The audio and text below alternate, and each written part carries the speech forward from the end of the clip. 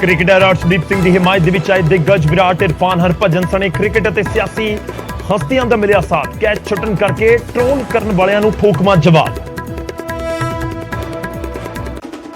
Trolling तो बाद cricketer Arshdeep दे घर दे उत्ते लग्या मिलन वालियां दा तांता। राज्य सभा मैंबर राघव चड्ढा ते कैबिनेट मंत्री अनमोल गगन मान ने भी की मुलाकात। परिवार का बयान, ट्रोलरां दी हरकतां दे नाल नहीं पैंदा कोई फर्क। ब्यास दे विच दो धिरां दे विचाले एक दूजे ते केस दर्ज। एडीजीपी लॉ एंड ऑर्डर ने मौके दे उत्ते पहुंच के लोकां दे नाल कीती मुलाकात। टीचर्स डे दे उत्ते मुख मंत्री मान दा अध्यापकां नूं तोहफा। 8736 टीचर्स नूं रेगुलर करन दा कीता ऐलान। यूजीसी दे 7वें कमीशन दे आधार दे उत्ते नवां पे स्केल 1 अक्तूबर तो लागू। साबका मंत्री साधु सिंह धर्मसोत नूं वड्डी राहत। हाई कोर्ट ने दी जमानत। जंगलात घोटाले दे विच फसे गिलजियां दे भतीजे दलजीत नूं भी मिली बेल। मंगलवार नूं एसआईटी सामने पेश होणगे सुखबीर सिंह बादल। बैबल कलां गोलीकांड दे विच होणगे सवाल जवाब। आईजी नौनिहाल सिंह दी अगवाई वाली एसआईटी ने किया है सम्मन। सेहत मंत्री चेतन सिंह जौड़ा माजरा दी बखरी पहल। अखां दान करन दा लिया प्रण, खुद भरिया फार्म। यूके नूं मिलिया नवां प्रधानमंत्री। लिज ट्रस होणगे नवें प्रधानमंत्री। 20,000 वोटां दे फर्क दे नाल भारती मूल दे ऋषि सुनक नूं दित्ती मां।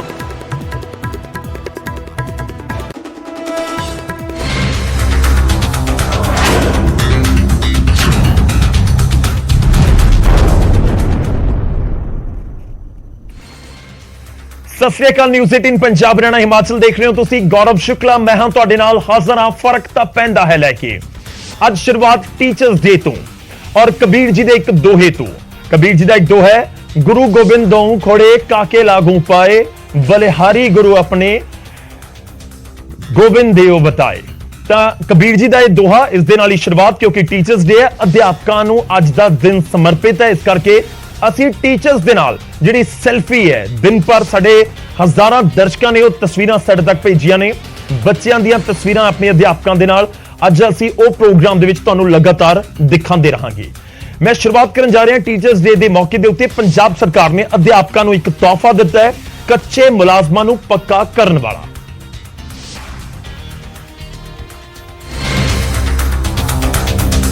पंजाब ਦੇ ਸਾਰੇ ਸਰਕਾਰੀ ਕਾਲਜ ਅਤੇ ਯੂਨੀਵਰਸਿਟੀ ਦੇ ਵਿੱਚ यूजीसी ਦੇ 7ਵੇਂ ਪੇ ਕਮਿਸ਼ਨ ਨੂੰ ਲਾਗੂ ਕਰ ਦਿੱਤਾ ਗਿਆ ਹੈ। ਇਹ ਲਾਹਾ 1 ਅਕਤੂਬਰ 2022 ਤੋਂ ਮਿਲੇਗਾ। ਮੁੱਖ ਮੰਤਰੀ ਭਗਵੰਤ ਮਾਨ ਨੇ ਖੁਦ ਇਸ ਦਾ ਐਲਾਨ ਕੀਤਾ। ਪੰਜਾਬ ਦੇ ਸਾਰੇ ਕਾਲਜਾਂ ਤੇ ਯੂਨੀਵਰਸਿਟੀਆਂ ਦੇ ਵਿੱਚ यूजीसी ਦੇ 7ਵੇਂ ਪੇ ਕਮਿਸ਼ਨ ਨੂੰ ਲਾਗੂ ਕੀਤਾ ਜਾ ਰਿਹਾ ਹੈ। 1 ਅਕਤੂਬਰ 2022 ਤੋਂ 7ਵੇਂ ਪੇ ਕਮਿਸ਼ਨ ਦੀਆਂ ਜਿਹੜੀਆਂ ਸਹੂਲਤਾਂ ਨੇ ਉਹ ਅਧਿਆਪਕਾਂ ਨੂੰ ਮਿਲਣ ਲੱਗ ਜਾਣਗੀਆਂ। पंजाब ਦੇ ਸਾਰੇ ਸਰਕਾਰੀ ਕਾਲਜਸ ਦੇ ਵਿੱਚ ਅਧਿਆਪਕਾਂ ਦੀ ਕਮੀ ਪੂਰੀ ਕਰਨ ਦੇ ਲਈ ਗੈਸਟ ਫੈਕਲਟੀ ਟੀਚਰਸ ਦੀ ਭਰਤੀ ਨੂੰ ਮਨਜ਼ੂਰੀ ਦਿੱਤੀ ਗਈ ਹੈ, ਜਿਸ ਦਾ ਨੋਟੀਫਿਕੇਸ਼ਨ ਜਲਦ ਜਾਰੀ ਕੀਤਾ ਜਾਏਗਾ।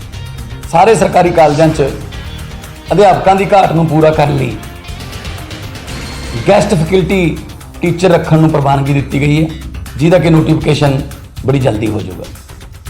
ਇਸ ਤੋਂ ਇਲਾਵਾ ਕਾਲਜਸ ਦੇ ਵਿੱਚ 18 ਤੋਂ 20 ਸਾਲ ਤੋਂ ਪੜ੍ਹਾ ਰਹੇ ਗੈਸਟ ਫੈਕਲਟੀਜ਼ ਦੀ ਸੈਲਰੀ ਦੇ ਵਿੱਚ ਵੀ ਇਜ਼ਾਫਾ ਕੀਤਾ ਗਿਆ ਹੈ। ਤਾਂ ਟੀਚਰਸ ਡੇ ਦੇ ਉੱਤੇ ਕੱਚੇ ਅਧਿਆਪਕਾਂ ਦੇ ਲਈ ਵੱਡੀ ਰਾਹਤ ਵਾਲੀ ਖਬਰ ਜ਼ਰੂਰ ਆਈ। ਮੁੱਖ ਮੰਤਰੀ ਭਗਵੰਤ ਮਾਨ ਨੇ ਕੱਚੇ ਅਧਿਆਪਕਾਂ ਨੂੰ ਇਹ ਵੱਡਾ ਤੋਹਫਾ ਦਿੱਤਾ।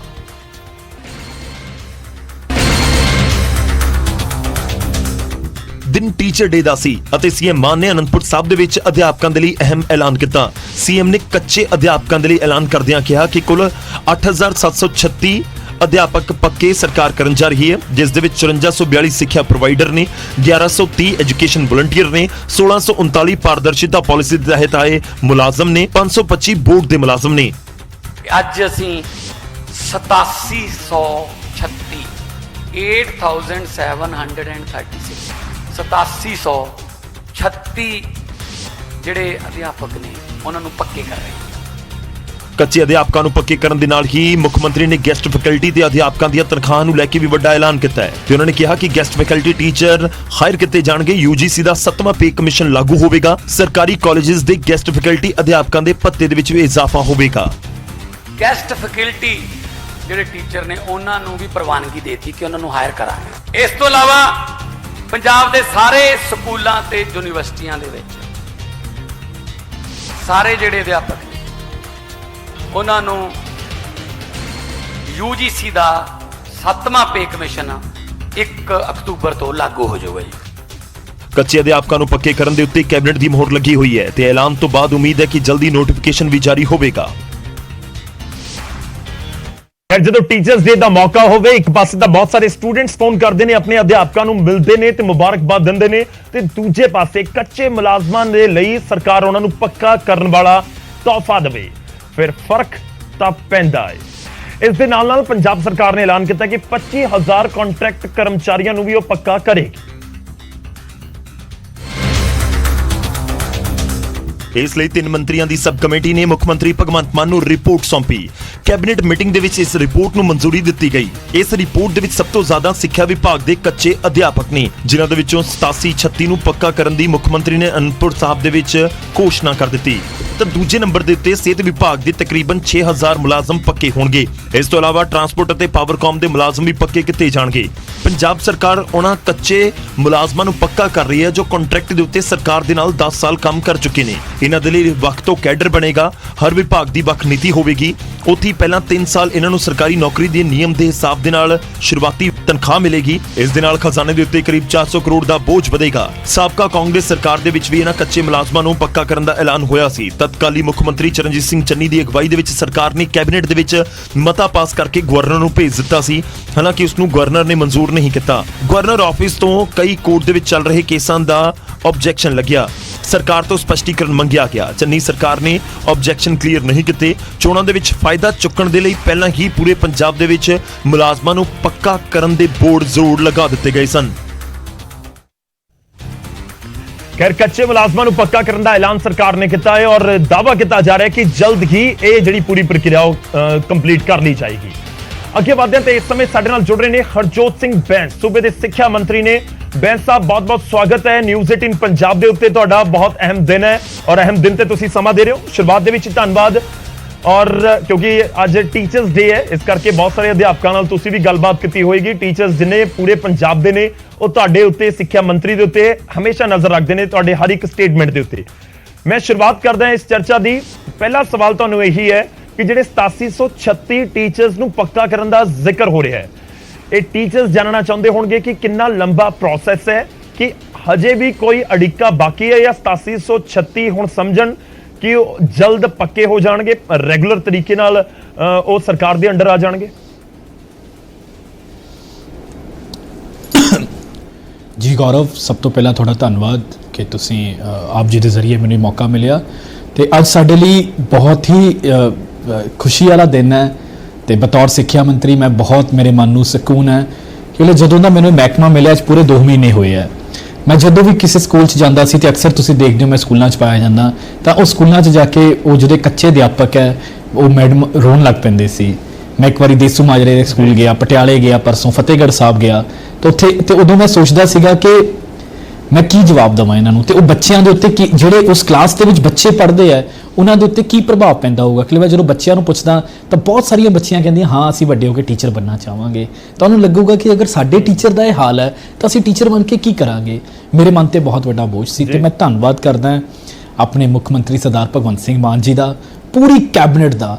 ਤੇ ਉਹਨਾਂ ਦੇ ਕੋਲ ਮੈਂ ਫਰਿਆਦ ਰੱਖੀ ਤੇ ਉਹਨੇ ਕਿਹਾ ਕਿ ਅਸੀਂ ਕਰਨਾ ਤਾਂ ਹੈ, ਸਾਡਾ ਵਾਅਦਾ ਹੈ, ਤਾਂ ਇਸ ਦੀ ਸ਼ੁਰੂਆਤ ਅਧਿਆਪਕਾਂ ਤੋਂ ਹੋਣੀ ਚਾਹੀਦੀ ਹੈ। ਤੇ ਉਸ ਦੇ ਲਈ ਵੀ ਅੱਜ ਦਾ ਪਵਿੱਤਰ ਦਿਨ ਟੀਚਰਸ ਡੇ, ਤੇ ਮੈਨੂੰ ਲੱਗਦਾ ਇਸ ਤੋਂ ਵੱਡਾ ਕੋਈ ਤੋਹਫਾ ਨਹੀਂ। ਤੇ ਮੈਂ ਹੁਣ ਜਦੋਂ ਆਪਣਾ ਮੋਬਾਈਲ ਚੈੱਕ ਕਰ ਰਿਹਾ ਸੀ, ਸੈਂਕੜਿਆਂ ਦੀ ਤਾਦਾਦ 'ਚ, ਹਜ਼ਾਰਾਂ ਦੀ ਤਾਦਾਦ 'ਚ ਮੈਨੂੰ ਮੈਸੇਜ ਆ ਰਹੇ ਉਹਨਾਂ ਟੀਚਰਾਂ ਦੇ, ਤੇ ਉਹ ਬੜੇ ਜਜ਼ਬਾਤੀ ਮੈਸੇਜ। ਉਹ ਕਹਿੰਦੇ 14 ਸਾਲ 16 ਸਾਲ ਹੋ ਗਏ ਪਰ ਸਾਨੂੰ ਹਮੇਸ਼ਾ ਵਾਅਦੇ ਮਿਲੇ, ਲਾਰੇ ਮਿਲੇ। ਅੱਜ ਪਹਿਲੀ ਵਾਰੀ ਹੈ ਕਿ ਹਜੇ 6 ਮਹੀਨੇ ਸਰਕਾਰ ਦੇ ਪੂਰੇ ਨਹੀਂ ਹੋਏ। ਤੇ ਜਿਹੜਾ ਤੁਹਾਡਾ ਸਵਾਲ ਹੈ ਜੀ, ਕੈਬਨਿਟ ਦੇ ਵਿੱਚ ਇਹ ਪਾਸ ਹੋ ਚੁੱਕਿਆ। ਬਹੁਤ ਮਿਹਨਤ ਕੀਤੀ ਗਈ ਹੈ ਸਭ ਦੇ ਵੱਲੋਂ।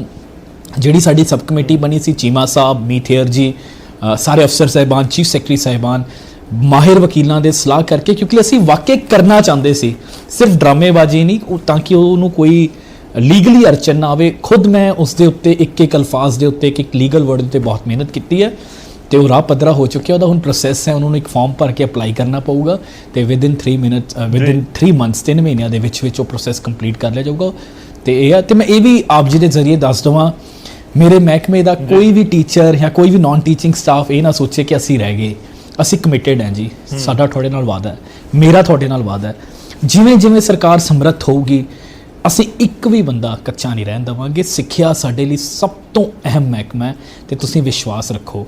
ਮੈਂ ਇਹਨਾਂ ਨੂੰ ਵੀ ਕਹਿੰਦਾ ਸੀ ਤੇ ਮੈਂ ਧੰਨਵਾਦ ਕਰਦਾ ਸਾਰੇ ਟੀਚਰਸ ਦਾ, ਤੇ ਇੱਕ ਵਾਰੀ ਆਪ ਜੀ ਦੇ ਜ਼ਰੀਏ ਦੁਬਾਰਾ ਉਹਨਾਂ ਨੂੰ ਅੱਜ ਦੇ ਸ਼ੁਭ ਦਿਹਾੜੇ ਦੀ ਤੇ ਇਸ ਵੱਡੀ ਖੁਸ਼ਖਬਰੀ ਦੀ ਉਹਨਾਂ ਨੂੰ ਮੁਬਾਰਕਬਾਦ ਦਿੰਦਾ। ਬੈਂਸ ਸਾਹਿਬ, ਕਿਉਂਕਿ ਪੈਸੇ ਦੇ ਨਾਲ ਹੀ ਸਭ ਕੁਝ ਹੁੰਦਾ ਹੈ, ਤੁਸੀਂ ਵੀ ਬਖੂਬੀ ਸਮਝਦੇ ਹੋ, ਇਸ ਦਾ ਜਿਹੜਾ ਇੰਪੈਕਟ ਹੈ ਉਹ ਖਜ਼ਾਨੇ ਦੇ ਉੱਤੇ ਲਾਜ਼ਮੀ ਤੌਰ ਤੇ ਪਏਗਾ, ਤਾਂ ਉਸ ਦਾ ਵੀ ਪ੍ਰਬੰਧ ਹੋ ਗਿਆ। ਜਿਹੜੇ ਖਜ਼ਾਨਾ ਮੰਤਰੀ ਨੇ ਉਹਨਾਂ ਦੇ ਨਾਲ ਵੀ ਲਾਜ਼ਮੀ ਤੌਰ ਤੇ ਚਰਚਾ ਹੋਏਗੀ, ਕਮੇਟੀ ਬਣਾਈ ਗਈ ਸੀ, ਉਹ ਉਸ ਦੇ ਵਿੱਚ ਉਹ ਵੀ ਸ਼ਾਮਲ ਸੀ, ਤਾਂ ਉਮੀਦ ਕਰੀਏ ਕਿ ਖਜ਼ਾਨੇ ਵਾਲੇ ਪਾਸੇ ਤੋਂ ਤਾਂ ਕੋਈ ਹੁਣ ਤੁਸੀਂ ਕਹਿ ਲਓ ਕਿ ਨੋ ਸਿਗਨਲ ਜਾਂ ਫਿਰ ਕੋਈ ਰੈੱਡ ਲਾਈਟ ਨਹੀਂ ਹੋਏਗੀ ਔਰ ਅੱਗੇ ਵੱਧਦਾ ਜਾਏਗਾ ਪੂਰਾ ਪ੍ਰੋਸੈਸ।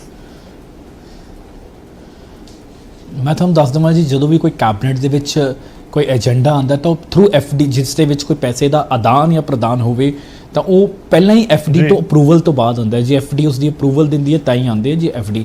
ਤੇ ਅੱਜ ਜਦੋਂ ਇਹ ਪਾਸ ਹੋਣ ਤੋਂ ਪਹਿਲਾਂ ਐਫਡੀ ਦੇ ਨਾਲ ਸਾਰੀ ਪ੍ਰਕਿਰਿਆ ਪੂਰੀ ਕਰ ਲਈ ਹੈ ਫਾਈਨੈਂਸ ਡਿਪਾਰਟਮੈਂਟ ਦੇ ਨਾਲ, ਤੇ ਇਸ ਦੇ ਲਈ ਪਹਿਲਾਂ ਹੀ ਅਸੀਂ ਬਜਟ ਰੱਖਿਆ ਸੀ ਕਿਉਂਕਿ ਸਾਨੂੰ ਪਹਿਲੇ ਦਿਨ ਤੋਂ ਪਤਾ ਸੀ ਅਸੀਂ ਇਹ ਕੰਮ ਕਰਨਾ। ਪਰ ਹਾਂ, ਦਿੱਕਤ ਇਹ ਸੀ ਕਿ ਲੀਗਲ ਹਰਡਲ ਸੀਗੀਆਂ, ਉਹਨਾਂ ਲੀਗਲ ਹਰਡਲਸ ਨੂੰ ਦੂਰ ਕਰਨ ਲਈ ਥੋੜ੍ਹਾ ਜਿਹਾ ਸਮਾਂ ਲੱਗਿਆ, ਤਾਂ ਕਰਕੇ 5.5 ਮਹੀਨੇ ਲੱਗ ਗਏ। ਤੇ ਜਿਸ ਦਿਨ ਦਾ ਮੈਂ ਸਿੱਖਿਆ ਮੰਤਰੀ ਬਣਿਆ ਇਹ ਸਾਡੀ ਪ੍ਰਾਥਮਿਕਤਾ ਸੀ ਤੇ ਮੇਰੀ ਖੁਸ਼ਕਿਸਮਤੀ ਸੀ ਕਿ ਮੈਂ ਉਸ ਸਬ ਕਮੇਟੀ ਦਾ ਵੀ ਹਿੱਸਾ ਸੀ ਤੇ ਅਸੀਂ ਬਹੁਤ ਮਿਹਨਤ ਕਰਕੇ, ਸਾਡੇ ਸਾਰੇ ਅਫਸਰ ਸਾਹਿਬਾਨਾਂ ਨੇ ਬਹੁਤ ਮਿਹਨਤ ਕਰਕੇ ਅੱਜ ਅਸੀਂ ਇਹ ਕਰ ਦਿਖਾਇਆ। ਤੇ ਇਹ ਉਹਨਾਂ ਪਿਛਲੀਆਂ ਸਰਕਾਰਾਂ ਨੂੰ ਵੀ ਇਹ ਹੈ ਜਿਹੜੇ ਕਹਿੰਦੇ ਸੀ ਹੋ ਨਹੀਂ ਸਕਦਾ। ਸਾਫ਼ ਹੈ, ਜੇ ਨੀਅਤ ਹੋਵੇ ਤਾਂ ਕੁਝ ਵੀ ਹੋ ਸਕਦਾ। ਤੇ ਹੁਣ ਮੈਂ ਤੁਹਾਨੂੰ ਇਹ ਵੀ ਯਕੀਨ ਦਿਵਾਉਂਦਾ ਅੱਜ 5 ਸਤੰਬਰ 2022 ਹੈ, 5 ਸਤੰਬਰ 2023 ਨੂੰ ਜਦੋਂ ਅਸੀਂ ਗੱਲਬਾਤ ਕਰਦੇ ਹੋਵਾਂਗੇ ਨਾ ਤਾਂ ਪੰਜਾਬ ਸਿੱਖਿਆ ਦੇ ਖੇਤਰ ਵਿੱਚ ਹੋਰ ਬਹੁਤ ਪੱਲਾ ਮਾਰ ਚੁੱਕਿਆ ਹੋਊਗਾ। ਅੱਜ ਇੰਨੀ ਸੰਤੁਸ਼ਟੀ ਹੋਗੀ ਕਿ ਦਿੱਲੀ ਤੋਂ ਬਾਅਦ ਪੰਜਾਬ ਦੂਜਾ ਸੂਬਾ, ਬਾਕੀ ਦੇਸ਼ ਪੰਜਾਬ ਵੱਲ ਵੇਖਣ ਲੱਗ ਪਿਆ ਕਿ ਅੱਛਾ ਪੰਜਾਬ 'ਚ ਕੀ ਬਦਲਾਅ ਹੋ ਰਿਹਾ। ਪਰ 5 ਸਤੰਬਰ 2023 ਤੱਕ ਅਸੀਂ ਬਹੁਤ ਅੱਗੇ ਨਿਕਲ ਚੁੱਕੇ ਹੋਵਾਂਗੇ। ਤੇ ਇਹ ਆਮ ਆਦਮੀ ਪਾਰਟੀ ਦੀ ਰਾਜਨੀਤੀ ਹੈ ਕਿਉਂਕਿ ਸਾਡੀ ਪ੍ਰਾਥਮਿਕਤਾ ਸਿੱਖਿਆ ਤੇ ਸਿਹਤ ਹੈ।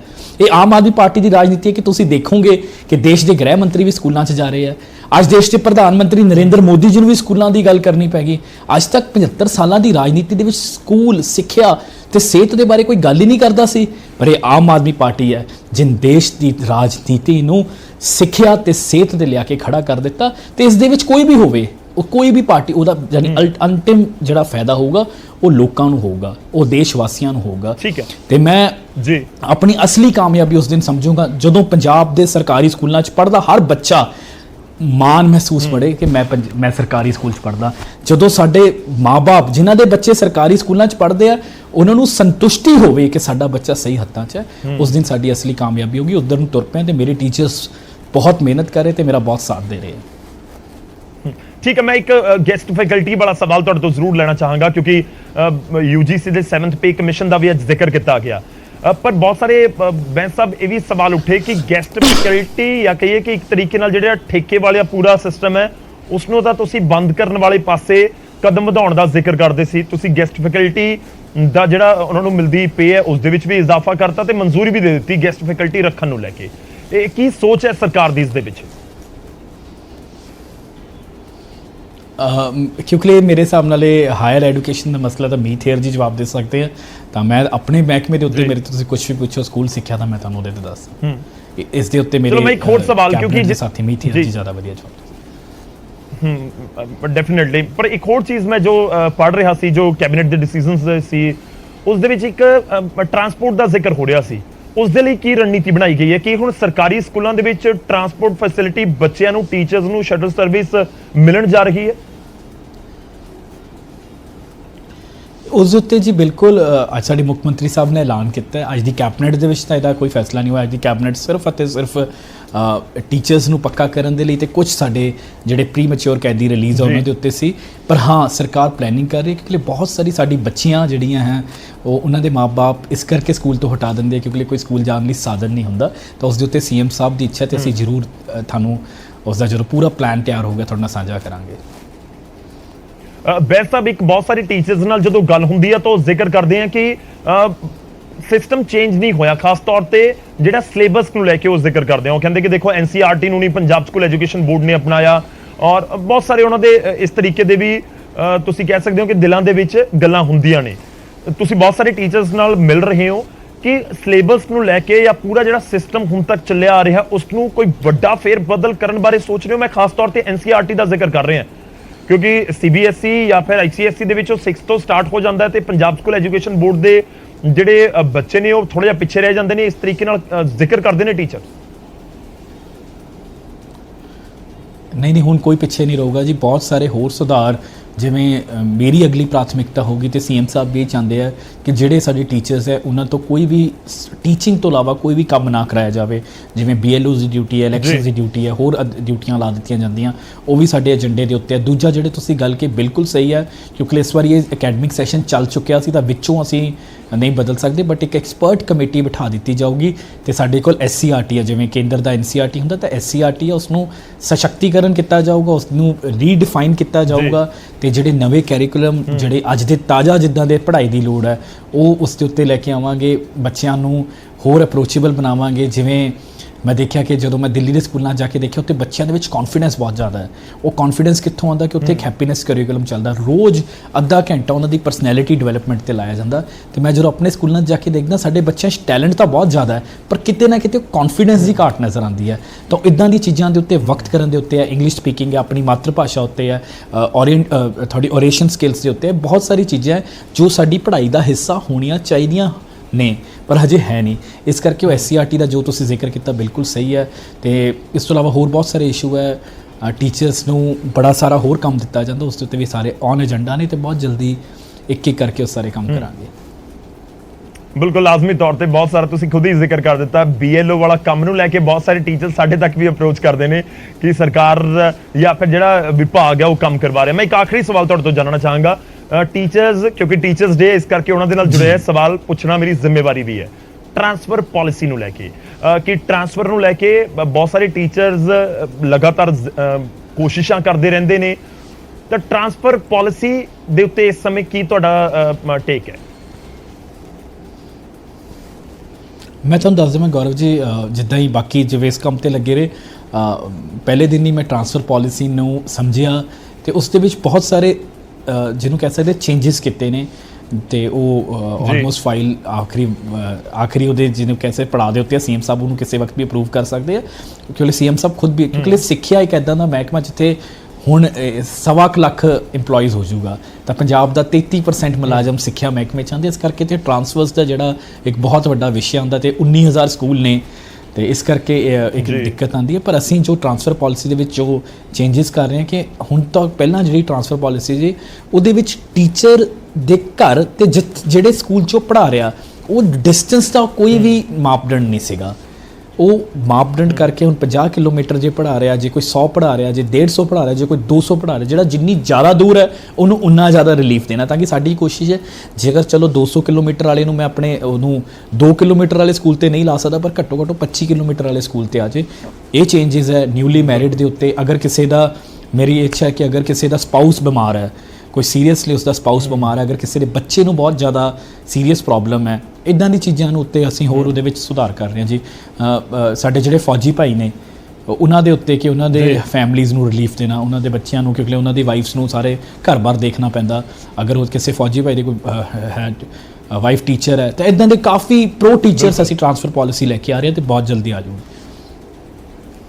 ਚਲੋ ਸ਼ੁਕਰੀਆ ਸਰ, ਬਹੁਤ ਬਹੁਤ ਧੰਨਵਾਦ ਸਾਡੇ ਨਾਲ ਜੁੜਨ ਦੇ ਲਈ, ਇਸ ਪੂਰੀ ਗੱਲਬਾਤ ਲਈ ਔਰ ਹੋਪਫੁਲੀ ਜਿਹੜੀਆਂ ਚੀਜ਼ਾਂ ਦਾ ਤੁਸੀਂ ਜ਼ਿਕਰ ਕਰ ਰਹੇ ਹੋ ਜਲਦ ਇੰਪਲੀਮੈਂਟ ਵੀ ਹੁੰਦੀਆਂ ਹੋਈਆਂ ਨਜ਼ਰ ਆਉਣ। ਖਾਸ ਤੌਰ ਤੇ ਤੁਸੀਂ ਜ਼ਿਕਰ ਕੀਤਾ ਕਿ 5 ਸਤੰਬਰ 2023 ਨੂੰ ਜਦੋਂ ਆਪਾਂ ਗੱਲਬਾਤ ਕਰ ਰਹੇ ਹੋਵਾਂਗੇ ਤਾਂ ਪੰਜਾਬ ਦੇ ਵਿੱਚ ਸਿੱਖਿਆ ਇੱਕ ਵੱਖਰੇ ਮਿਆਰ ਦੇ ਨਾਲ ਅੱਗੇ ਵਧੀ ਹੋਏਗੀ, ਸਿੱਖਿਆ ਦਾ ਪੂਰਾ ਸਿਸਟਮ।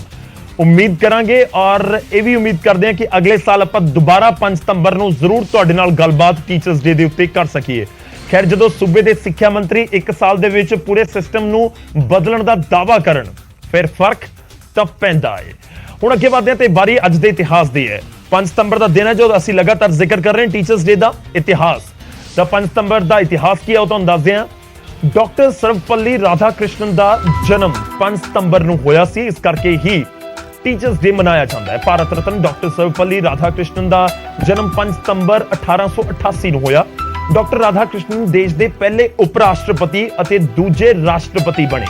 ਡਾਕਟਰ ਰਾਧਾ ਕ੍ਰਿਸ਼ਨਨ ਨੂੰ ਸਮਰਪਿਤ ਹੀ ਦੇਸ਼ ਦੇ ਵਿੱਚ ਉਹਨਾਂ ਦੇ ਜਨਮ ਦਿਨ ਦੇ ਮੌਕੇ ਅਧਿਆਪਕ ਦਿਵਸ ਮਨਾਇਆ ਜਾਂਦਾ ਹੈ। ਡਾਕਟਰ ਰਾਧਾ ਕ੍ਰਿਸ਼ਨਨ ਦੇ ਵੱਲੋਂ ਸਿੱਖਿਆ ਦੇ ਖੇਤਰ ਦੇ ਵਿੱਚ ਪਾਏ ਗਏ ਯੋਗਦਾਨ ਦੇ ਲਈ ਉਹਨਾਂ ਨੂੰ ਇਹ ਮਾਣ ਪਹਿਲੀ ਵਾਰ 1962 ਦੇ ਵਿੱਚ ਦਿੱਤਾ ਗਿਆ। 5 ਸਤੰਬਰ 1962 ਨੂੰ ਦੇਸ਼ ਦੇ ਵਿੱਚ ਪਹਿਲੀ ਵਾਰ ਅਧਿਆਪਕ ਦਿਹਾੜਾ ਮਨਾਇਆ ਗਿਆ ਸੀ ਤੇ ਹੁਣ ਹਰ ਸਾਲ ਅਧਿਆਪਕ ਦਿਵਸ 5 ਸਤੰਬਰ ਨੂੰ ਮਨਾਇਆ ਜਾਂਦਾ ਤੇ ਸਿੱਖਿਆ ਦੇ ਖੇਤਰ ਦੇ ਵਿੱਚ ਵਧੀਆ ਕੰਮ ਕਰਨ ਵਾਲੇ ਅਧਿਆਪਕਾਂ ਨੂੰ ਸਨਮਾਨਿਤ ਕੀਤਾ ਜਾਂਦਾ ਹੈ। ਕਾਬਿਲੇ ਗੌਰ ਹੈ ਕਿ 1954 ਦੇ ਵਿੱਚ ਡਾਕਟਰ ਸਰਵਪੱਲੀ ਰਾਧਾਕ੍ਰਿਸ਼ਨਨ ਜੀ ਨੂੰ ਭਾਰਤ ਰਤਨ ਦੇ ਕੇ ਸਨਮਾਨਿਤ ਕੀਤਾ ਗਿਆ ਸੀ। ਸਿਰਫ ਹਿੰਦੁਸਤਾਨ ਹੀ ਬਲਕਿ ਪੂਰੀ ਦੁਨੀਆ ਦੇ ਵਿੱਚ ਬ੍ਰਿਟਨ, ਜਰਮਨੀ ਔਰ ਵੱਖ-ਵੱਖ ਦੇਸ਼ਾਂ ਦੇ ਵੱਲੋਂ ਉਹਨਾਂ ਨੂੰ ਵੱਡੇ ਅਵਾਰਡਸ ਦੇ ਨਾਲ ਨਵਾਜ਼ਿਆ ਗਿਆ। ਉਹਨਾਂ ਦੇ ਜਨਮ ਦਿਨ ਦੇ ਮੌਕੇ ਦੇ ਉੱਤੇ ਹੀ ਦੇਸ਼ ਦੇ ਵਿੱਚ ਟੀਚਰਸ ਡੇ ਮਨਾਇਆ ਜਾਂਦਾ ਹੈ। ਫਰਕ ਤਾਂ ਪੈਂਦਾ ਦੇ ਵਿੱਚ ਵੇਲਾ ਇੱਕ ਛੋਟੇ ਜਿਹੇ ਬ੍ਰੇਕ ਦਾ ਹੋ ਚੱਲਿਆ। ਵਾਪਸ ਆਵਾਂਗੇ ਕੁਝ ਹੋਰ ਖਬਰਾਂ ਦੇ ਨਾਲ।